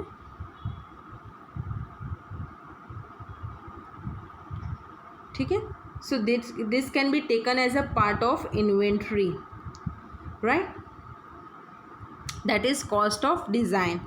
फिर ये हुआ अदर कॉस्ट का फर्स्ट एस्पेक्ट। ठीक है, अभी हम नेक्स्ट एस्पेक्ट की बात करते हैं, interest and other borrowing cost. जो इंटरेस्ट है that is a financial cost, उसका कोई लेना देना इन्वेंट्री को करंट पोजीशन एंड सिचुएशन में, लोकेशन एंड कंडीशन में लाने से कोई भी एसोसिएशन नहीं है, इसलिए इंटरेस्ट एंड बोरोइंग कॉस्ट को कंसिडर नहीं किया जाता है हमारी कॉस्ट में।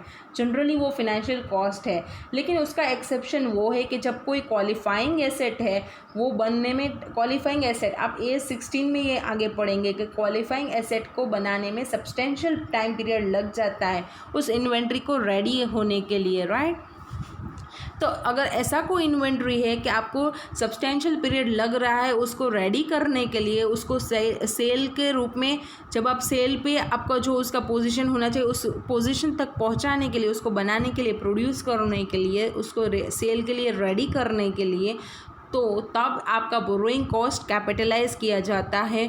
तो ऐसे बोरोइंग कॉस्ट को आप कंसिडर करेंगे अपने कॉस्टिंग में, इन्वेंट्री के कॉस्टिंग में। ठीक है, इसका एग्जांपल है वाइन। वाइन को बनने में सालों लगता है, तो ये जो साल निकल जाता है उसमें हमारा जो हमने इसको बनाने के लिए जो लोन लिया है प्रोडक्शन करने के लिए, उस लोन पे हम इंटरेस्ट पे कर रहे हैं, तो ये जो इंटरेस्ट है वो हम कैपिटलाइज करेंगे एज़ पर AS16। आप आगे AS16 में इसको पढ़ेंगे।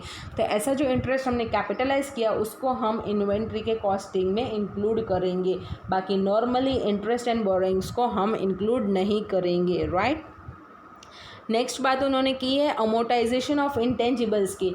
यहाँ पे स्टैंडर्ड साइलेंट है, लेकिन इट अपियर्स दैट के amortization of intangibles related to production must be taken as a part of inventory. अगर वो प्रोडक्शन के रिलेशन में है तो आपको उसको इन्वेंट्री का पार्ट बना लेने का है, कॉस्टिंग, इन्वेंट्री के कॉस्टिंग में उसको कंसिडर करने का है। उसका एग्जांपल दिया हुआ है पेटेंट राइट ऑफ प्रोडक्शन। आपका जो प्रोडक्शन है उसका आपने पेटेंट राइट खरीदा हुआ है, तो आपको उसका पेटेंट का अलोकेशन करके, आपको रेशनल अलोकेशन करके उस अलोकेशन की अमाउंट को कॉस्टिंग में कंसिडर करना होगा। फिर है copyright for a publisher should be taken as a part of inventory cost. कोई पब्लिशर का कॉपीराइट है तो उसको भी आपका इन्वेंट्री का कॉस्ट में कंसिडर करना होगा। Right, and the last part exchange differences. Exchange difference जो आपको इनकर हुआ इन्वेंट्री के सेल या परचेज में, तो उसको आप कंसिडर नहीं करेंगे। सॉरी, परचेज के टाइम पे आपको एक्सचेंज डिफरेंस जो भी लगा, लॉस हो या प्रॉफिट हो, उसको आप इन्वेंट्री में कंसिडर नहीं करेंगे, because it has nothing to do with, it has nothing to attribute with the present, bringing it to present location and condition. Right, it is just a financial loss और gain. Right, so ये हुआ हमारा conversion cost का पूरा chart जो institute ने दिया हुआ है। मैंने अपने चार्ट में ये कंसिडर कर लिया है, so nothing to do it. Now exclusions from cost, हमारा पूरा कॉस्ट का पार्ट यहाँ पे कवर हो गया। कॉस्ट में क्या क्या इंक्लूड होगा वो हमने तीनों एस्पेक्ट्स कवर कर लिए। अभी हम एक्सक्लूजन्स की बात कर रहे हैं। It is appropriate to exclude certain costs and recognize them as expenses in the period in which they are incurred. Example abnormal amount of wasted materials, labour और other production cost. Storage cost, तो पहले हम पहली बात कर लेते जो भी एबनॉर्मल वेस्टेज है, एबनॉर्मल लेबर का कॉस्ट हुआ, मतलब ओवर टाइम आइडल, तो सॉरी आइडल लेबर का कॉस्ट, वो सब जो कॉस्ट है उसका कोई लेना देना नहीं है, एबनॉर्मल आइटम्स है वो, तो हम वो डायरेक्टली एक्सपेंस आउट कर देंगे, राइट।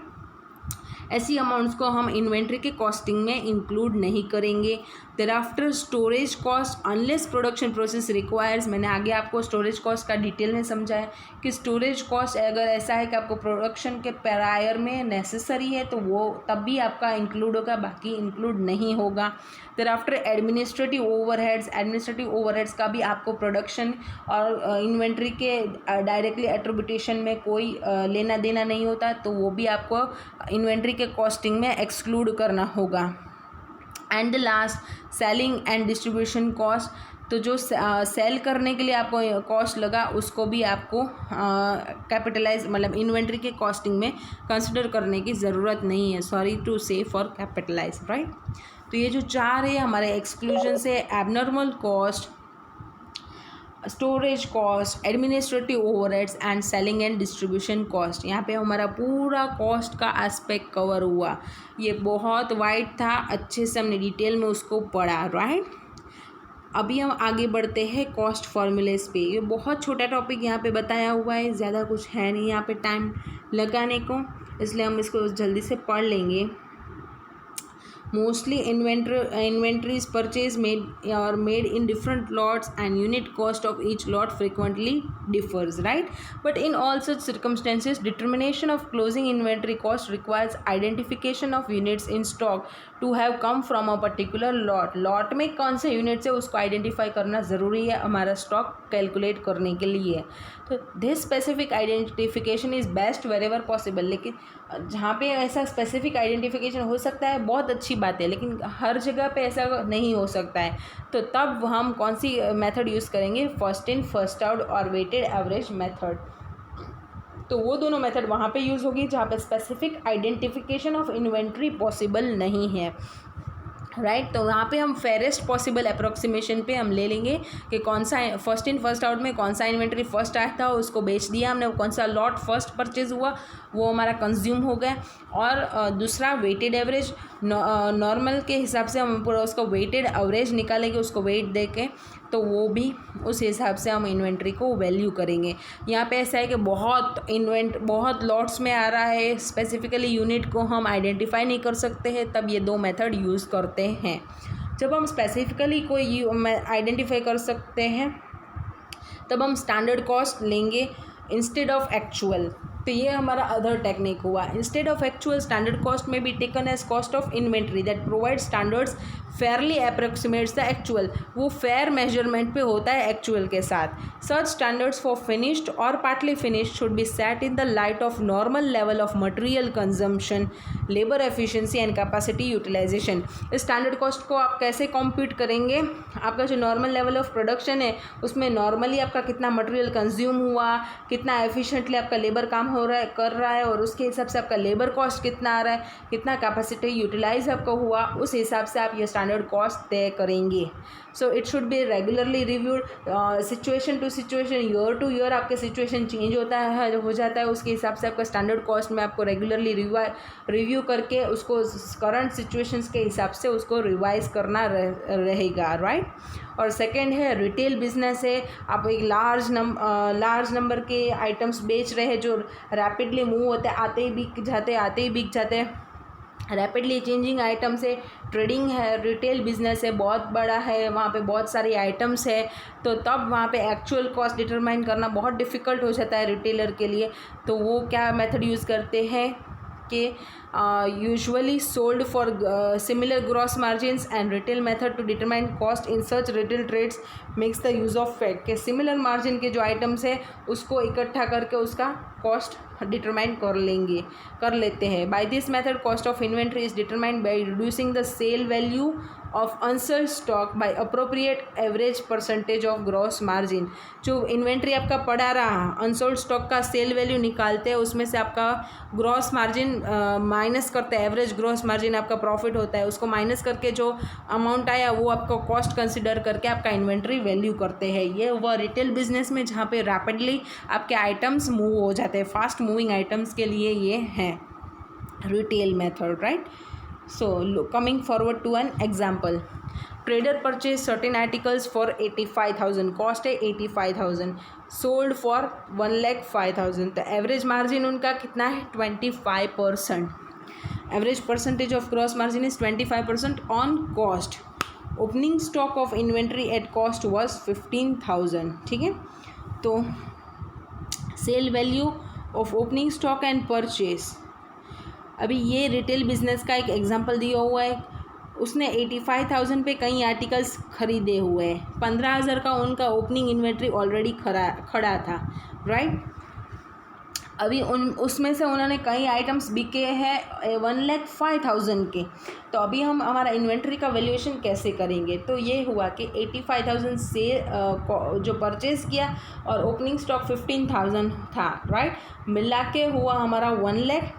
उसमें हम हमारा 25% मार्जिन एडअप करते हैं, तो हमारा सेल वैल्यू कितना बनता है 1,25,000। इतना स्टॉक हमारे पास था एक्चुअल में, परचेज और ओपनिंग मिला के कितने का 1,25,000 का। उसमें से बिका कितना 1,05,000 सेल्स वैल्यू के हिसाब से 1,05,000, तो बैलेंस हमारा 20,000 मतलब के स्टॉक में पड़ा हुआ है, अनसोल्ड है, राइट। उसमें से हमारा ग्रॉस मार्जिन 25% कॉस्ट पे था, मतलब कि 25% कॉस्ट पे था, ठीक है। तो वो सेल्स के हिसाब से आप रिड्यूस करेंगे तो 20,000 जो बैलेंस आया वो तो सेल्स वैल्यू है, तो उसके डिवाइडेड बाय 1.25 इंटू 0.25 आपका ग्रॉस मार्जिन आप रिड्यूस करेंगे, वो आएगा 4,000। आपका कॉस्ट ऑफ इन्वेंट्री आएगा 16,000। I hope you are clear. ये रिटेल मेथड का पूरा एक एग्जांपल दिया था कि आपका कॉस्ट परचेज का दिया था, ओपनिंग स्टॉक का कॉस्ट दिया था, सेल्स डायरेक्ट बता दिया था 1,05,000। तो पहले तो आपका उसको सेल वैल्यू पे लाने का, फिर दोनों के सेल्स के डिफरेंस निकाल के अनसोल्ड स्टॉक कंप्यूट करने का, उसमें से ग्रॉस मार्जिन निकाल के आपको इन्वेंट्री का कॉस्ट कंप्यूट करने का। I hope it is clear to you. Moving forward to estimates of net realisable value. Net realisable value का कंपटीशन हमने देख लिया, सब जगह पे हमने पढ़ा था estimated selling price, estimated cost to complete, estimated selling cost. ये एस्टिमेशन कैसे निकलता है, तो estimates of NRV are based on the most reliable evidence available on that time, and estimates are made as to the amount of inventories are expected to realize। जो current reporting period में at this time हम inventory से क्या realize करेंगे, most reliable evidence से हम इसको estimate करेंगे, और हमारा inventory कितना realize करेगा market से, उस हिसाब से हम उसका realizable value compute करेंगे। These estimates are taken into consideration fluctuations of price or cost directly relating to events occurring after balance sheet date, to the extent that such events confirm the conditions existing at balance sheet date। इनमें price का fluctuation, cost में कोई directly related event का कोई cost incur होगा, उन सबको ध्यान में रखा जाता है। लेकिन जो कॉस्ट इनकर होगा ऐसी कोई इवेंट का जो बैलेंस शीट डेट के बाद होगी, लेकिन बैलेंस शीट डेट पे उसके कंडीशंस खड़े हैं। आप इसको ज़्यादा डिटेल में एज 4 में पढ़ेंगे। वो जो इवेंट्स जो बैलेंस शीट डेट के बाद होते हैं लेकिन उनके कंडीशंस, उनके सिचुएशंस बैलेंस शीट डेट पे दिख रहे थे, खड़े थे, तो उनको आप एडजस्ट करेंगे अपने इस ईयर के करंट रिपोर्टिंग पीरियड के बैलेंस शीट में और प्रॉफिट एंड लॉस में। तो जो ये इवेंट्स का कॉस्ट आएगा उन सबको ध्यान में रख के आपको पूरा एस्टिमेट एनआरवी का बनाना होगा, राइट। ये तो थोड़ा सा थियोरेटिकल पार्ट हो गया, ज़्यादा इम्पोर्टेंट नहीं है। Now, comparison between cost and NRV should be made by item to item basis। अभी हमने बोल दिया कॉस्ट और NRV whichever is lower, लेकिन किस हिसाब से, पूरा मिला के या आइटम टू आइटम पे, तो आइटम बाय आइटम बेसिस पे हम उसका कंपैरिजन करेंगे। In some cases nevertheless it may be appropriate to group similar और रिलेटेड आइटम्स। कहीं पे ज़्यादा लॉट में आइटम्स है या फिर स्पेसिफिक आइडेंटिफिकेशन पॉसिबल नहीं है, वहाँ पे आप ग्रुप में रिलेटेड आइटम्स है, सिमिलर आइटम्स है, उनका ग्रुप बना के आप कंपेरिजन कर सकते हैं, राइट। उसका एक आगे एग्जाम्पल दिया हुआ है, आइटम 1 कॉस्ट 50,000, NRV 45, तो विच एवर इज़ लोअर कौन सा आएगा 45,000। आइटम 2 20,000 24,000 क्या आएगा 20,000, तो वो हमारा इन्वेंट्री का वैल्यूएशन हो जाए, राइट। ये हुआ हमारा comparison. Now, NRV is the estimated selling price in ordinary course of business less the estimated cost to complete and estimated cost necessary to make sale। हमने आगे ये पढ़ लिया। AS2 also provides the estimates of NRV to be based on the most reliable evidence available at the time of making your estimate। वो भी हमने आगे पढ़ लिया। These estimates are taken into consideration fluctuations को ध्यान में रख के, इवेंट्स को ध्यान में रख के हम करेंगे। तो सेम NRV के एस्टिमेशन की वही सेम बात की है, तो उसको मैं ज़्यादा डिटेल में नहीं जाती हूँ, आगे बढ़ जाती हूँ। NRV of materials held for use और डिस्पोजल। जो भी मटेरियल आपका पड़ा हुआ है डिस्पोज ऑफ करने के लिए, उसका NRV कैसे कंसिडर करेंगे। Material and other supplies held for use in production are not written down below cost if selling price of finish product containing material exceed the cost of finish product. मानो कि finish product का selling price cost से आगे बढ़ गया, मतलब selling price ज़्यादा है कॉस्ट से, तो उस समय आपको मटेरियल्स जो आपने प्रोडक्शन में यूज़ करने के लिए जो मटेरियल्स लिए रखे हुए हैं, जो सप्लाईज रखे हुए हैं, उनको आप कॉस्ट से कम पे नहीं वैल्यू करेंगे। Reason is as long as this conditions hold material realises more than its cost as shown below. Review of, तो जब हमें अंदाज़ा है कि हमारा फिनिश गुड्स कॉस्ट से ज़्यादा पे बिक रहा है, उसका रियलाइजेबल वैल्यू ज़्यादा है, तो उसका मतलब ये हुआ कि जो आपका रॉ मटेरियल है जो आप प्रोडक्शन में कंज्यूम करेंगे वो भी कॉस्ट से ज़्यादा रियलाइज़ करेगा। इस वजह से आप वहाँ पे कॉस्ट पे ही उसको वैल्यू करेंगे, और जब आपका फिनिश प्रोडक्ट्स कॉस्ट से कम पे बिक रहा है, मतलब कि आपको एंटिसिपेटेड लॉस हो रहा है, तब ये अंदेशा है कि आपका रॉ मटेरियल आपकी कॉस्ट से भी कम पे रियलाइज़ करेगा, तब आपको रिप्लेसमेंट कॉस्ट से आपका रॉ मटेरियल वैल्यू करना होगा, राइट। इसका थोड़ा थ्योरेटिकल बात यहाँ पे उसने की। Review of NRV at each balance sheet date. आपको NRV के एस्टिमेट को हर एक बैलेंस शीट डेट पे रिव्यू करना रहता है कि वो एस्टिमेट चेंज हो जाता है, right. And assessment it must be made at each balance sheet date. अभी यहाँ पे डिस्क्लोजर रिक्वायरमेंट्स बताया है, ये मैं अपने चार्ट में कंसिडर करना भूल गई हूँ। आपको मैं जगह बता दूंगी, आपको वहाँ पे ये नोट डाउन कर लेने का है। Financial statement should disclose the accounting policies adapted in measuring inventories including the cost formulas used. तो जो भी आपने अकाउंटिंग पॉलिसी को एडप्ट किया, जो भी कॉस्ट फार्मूला आपने कॉस्टिंग करने के लिए एडप्ट किया, उसको डिस्क्लोज करना होगा। Carrying amount of inventories together with their appropriate classification, उसको भी आपको डिस्क्लोज करना होगा, राइट। मतलब कि पहले तो आपने कौन सी पॉलिसी अप्लाई की है आपका इन्वेंट्री वैल्यूएशन के लिए, that is lower of cost और NRV, एग्जाम्पल दे रही हूँ। फिर आपको देखने का है कॉस्ट फार्मूला कौन सा यूज़ किया है, FIFO, weighted average, standard cost या फिर रिटेल कॉस्ट मेथड, राइट, वो आपको दिखाने का। फिर कैरिंग अमाउंट सभी इन्वेंट्रीज़ की, उसका अच्छे से क्लासिफिकेशन बताने का, रॉ मटेरियल कंपोनेंट्स के इन्वेंट्रीज़ कितनी है, उसका अमाउंट्स क्या है, वर्किंग प्रोग्रेस का कितना है, फिनिश गुड्स का कितना है, सभी का क्लासिफिकेशन करके बताने का। स्टॉक इन ट्रेड का क्या है, अगर आप ट्रेडिंग की बात कर रहे हैं, स्टोर्स एंड स्पेयर्स है जो आप प्रोडक्शन में कंज्यूम करेंगे, लूज टूल्स, उनका अलग से आपको क्लासिफिकेशन दिखा के उनका रिस्पेक्टिव अमाउंट डिस्क्लोज करना होगा। This is your disclosure requirements of your AS2. Now we are just left up with practical illustrations. We are ending here up with the whole theoretical and conceptual part of AS2. Moving to the practical illustrations. Company deals in 3 products A, B, C, which are neither similar nor interchangeable. At time of closing, the historical cost and NRV are determined as follows. ए का यहाँ पे दिया हुआ है B and C. What will be the value of closing stock? सो अभी तीनों item separately identify कर सकते हैं, इंटरचेंजेबल नहीं है, तो तीनों आइटम का सेपरेटली आप कॉस्ट और एनआरवी का लोअर अमाउंट होगा उससे आपका इन्वेंट्री वैल्यू करेंगे. सो फर्स्ट ऑफ ऑल ए का 40 है कॉस्ट, एनआरवी 28 है, तो आपका वैल्यूएशन 28 पे आएगा. बी का दोनों का 32 है, कॉस्ट और एनआरवी सेम है, तो 32 पे आपका इन्वेंट्री वैल्यू होगा. और सी का कॉस्ट 16 है, एनआरवी 24 है, तो आपका वैल्यूएशन कॉस्ट पे 16 होगा. राइट. तो विच एवर इज़ लोअर के प्रिंसिपल पे हमारा पूरा वैल्यूएशन हो गया. ये हुआ हमारा illustration 1.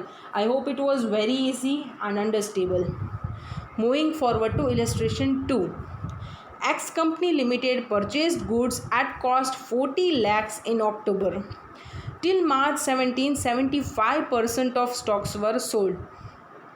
Company wants to disclose closing stock at 10 lakhs. Expected sale value is 11 lakhs. Commission at 10% on sale is payable to agent. Advise what is the correct closing stock to be disclosed as at 31st March 17. पहले हमें information पे हिसाब से लग रहा है कि हमें एनआरवी को कंप्यूट कर लेना चाहिए. एनआरवी डायरेक्टली दिया हुआ नहीं है. एनआरवी क्या होगा, तो हमारा एक्सपेक्टेड सेल वैल्यू कितना है 11 लैक्स. उसका हमें खर्चा 10% एजेंट को पे करना होगा. उसको रिड्यूस करके हमारा एनआरवी कितना आएगा 9,90,000. और हमारा इन्वेंट्री का कॉस्ट कितना है 10 लैक्स. राइट. 40 लैक्स का 25%. ठीक है. तो NRV 9,90,000, cost 10 lakhs, whichever is lower 9,90,000 से हमारा इन्वेंट्री वैल्यू होगा. Again a very easy. NRV का थोड़ा कॉम्पिटिशन दिया हुआ था, बाकी it was a very easy part. Right. Moving forward to next illustration. In a production process normal wastage is 5% of input. 5,000 metric tons of input were put in the process resulting in a wastage of 300 metric tons. 5,000 को input करते 300 का wastage निकलता है. Cost per metric ton of input is 1,000. ठीक है. Cost per unit भी दे दिया है. Entire quantity of wastage is on stock at year and. अभी पूरा वेस्टेज स्टॉक में पड़ा हुआ है. अभी आपका अकाउंटिंग स्टैंडर्ड के हिसाब से उसका वैल्यूएशन बताने का होगा. ठीक है. 5,000 मैट्रिक टन्स का 5% कितना होगा 250. ठीक है. 250 मैट्रिक टन्स वो आपका नॉर्मल वेस्टेज है. उन्होंने क्वेश्चन में बताया हुआ है कि 5% आपका नॉर्मल वेस्टेज है इनपुट का. 5,000 का 5% कितना आएगा 250, वो आपका नॉर्मल वेस्टेज होगा. और बैलेंस अभी टोटल वेस्टेज कितना हुआ है 300 मैट्रिक टन्स, यानी कि बैलेंस 50 मैट्रिक टन्स है, वो आपका एबनॉर्मल वेस्टेज हुआ. राइट. सो आप यहाँ पे देख सकते हैं जब हमारा नॉर्मल क्वांटिटी कितना आ जाएगा 5,000 माइनस 250. ठीक है. 4750 मैट्रिक टन्स. हम हमारे कॉस्ट को कैसे वैल्यू करेंगे नॉर्मल कैपेसिटी पे करेंगे. ठीक है. तो हमारा कॉस्ट पर मैट्रिक टन है कितना 1,000 रुपीज़. 1,000 इंटू 5,000 मतलब कि हमारा टोटल कॉस्ट कितना था इन्वेंट्री का 50 lakh divided by 4750 that comes to 1052.6315. You can see here. See हमने नॉर्मल कैपेसिटी पे उसको अलोकेट किया. नॉर्मल कैपेसिटी कितना है 5,000 minus 5% that is 4750.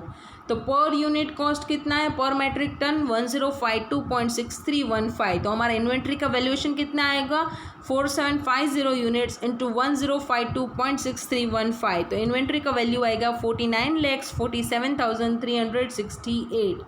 Balance abnormal amount था 50 metric tons into 1052.6315 that comes to 52,632 will be charge to profit and loss.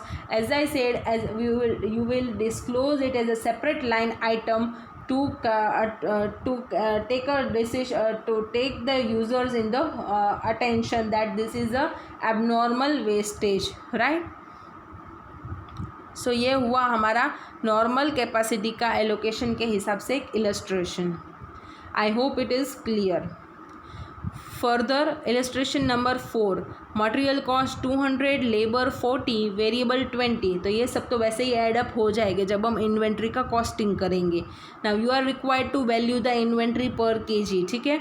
तो 200 plus 40 plus 20। अभी fixed overhead का हम देखते हैं। Fixed production charges for year on normal working capacity of 2 lakhs kgs is 20 lakhs। 4000 kg of finish goods are in stock at the year end. So हमारा fix production overhead कितना होगा, 20 lakhs divided by 2 lakhs, right? So that will be 10 per kg. So you can see here उन्होंने directly inventory का cost per KG निकाल लिया है। Material 200, labour 40, variable overhead 20 and thereafter fix overhead 10, मिला के हमारा कॉस्ट आया 270। Inventory में कितने केजीज पड़े थे, 4000। तो वैल्यू ऑफ इन्वेंट्री होगा 4000 into 270, that is ₹10,80,000। I hope it was clear to all of you and a very easy illustration again. Now proceeding further, illustration number 5. On 31st March 2017, a business firm finds that the cost of a partly finished unit on that date is 530। ठीक है, ये WIP की बात किया हुआ है। At the year end उसका cost है 530। Additional expenditure, unit can be finish by an additional expenditure, मतलब एस्टिमेटेड कॉस्ट टू कंप्लीट कितना है, 310। Finished unit can be sold for 750 subject to payment of 4% brokerage. Estimated selling price is 750 less 4% brokerage of 750, that it comes to 310. You will reduce that. Thereafter estimated cost to complete 310, and this way brokerage आएगा आपका 4%, 30 rupees. I got a mistake. And उसके बाद आपको 310 less करना होगा estimated cost to complete. उस हिसाब से आपको NRV मिल जाएगा 410। ठीक है ना, आपको इन्फॉर्मेशन से आपको पता चल जाएगा यहाँ पे आपका NRV मिल जाए, ऐसे कॉम्प्यूट होगा। Firm seeks your advice regarding the amount at which the unfinish unit should be valued as on 31st March 2017।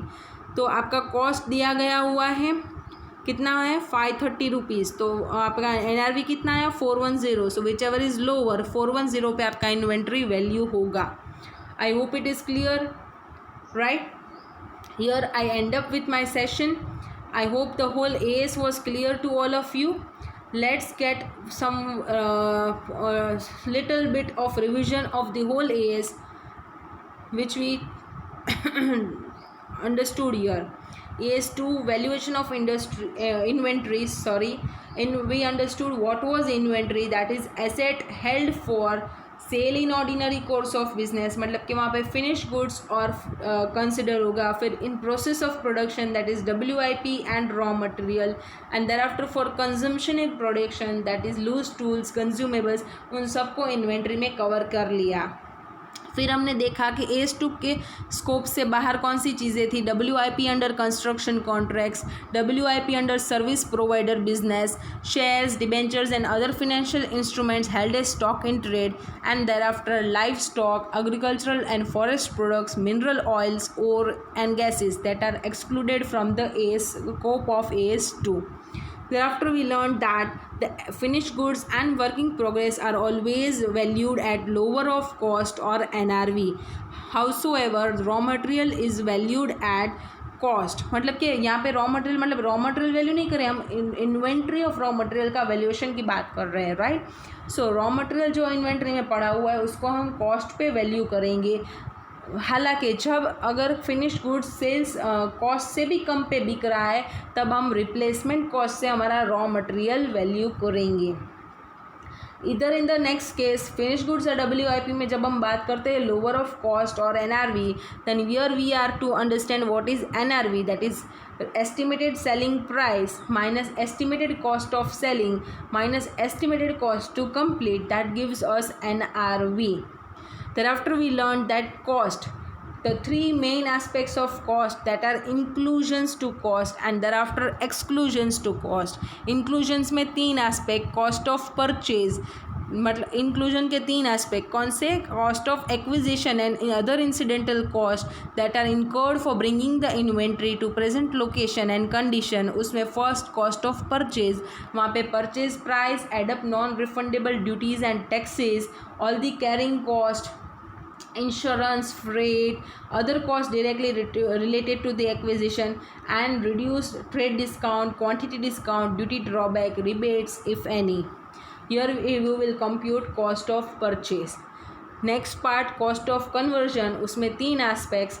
Raw material तो पहले कवर हो गया, तो यहाँ पे direct labour, overheads and joint cost. Overheads में 2 parts, fixed, variable. Fixed normally eight normal capacity, लेकिन जब हमारा एक्चुअल प्रोडक्शन हायर होता है तब एट एक्चुअल प्रोडक्शन लेवल पर हमें हमारा ओवरहेड एलोकेट करेंगे. Thereafter variable overheads always at actual production capacity. Joint cost में हमने बात किया कि मेन और जॉइंट प्रोडक्ट है उसका हम रैशनल बेसिस पे एलोकेशन करेंगे. उस किस वैल्यू पे? Sales value at the split of और separation point, right.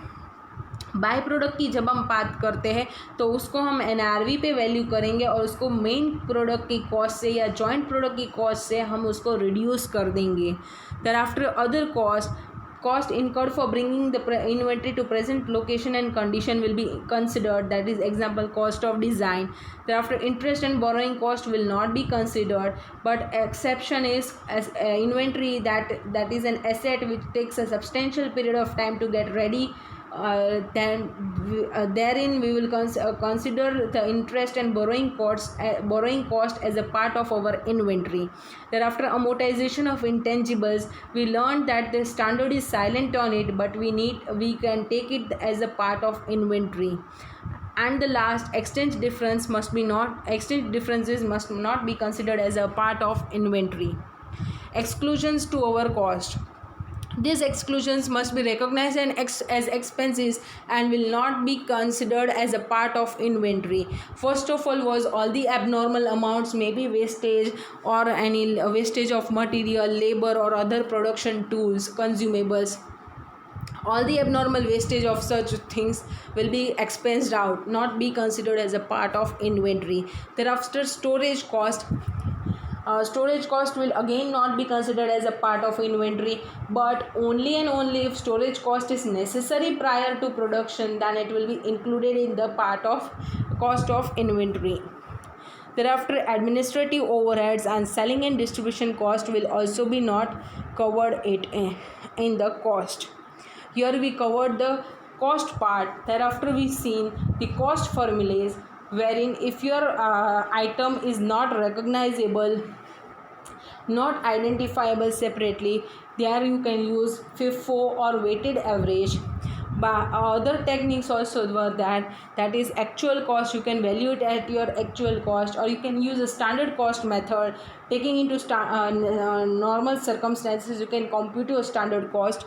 And thereafter retail cost for a retail businessman, where there are rapidly moving items, you can reduce the gross margin percentage from your sales value of the unsold stock, and you can compute your cost of inventory, right. Thereafter we see in the disclosure requirements, wherein there were 2 requirements here. Beside the cost formula you can write down your disclosure requirements. That first one, accounting policy that you followed. Thereafter the cost formula you followed. Thereafter each and every classification of inventory with their respect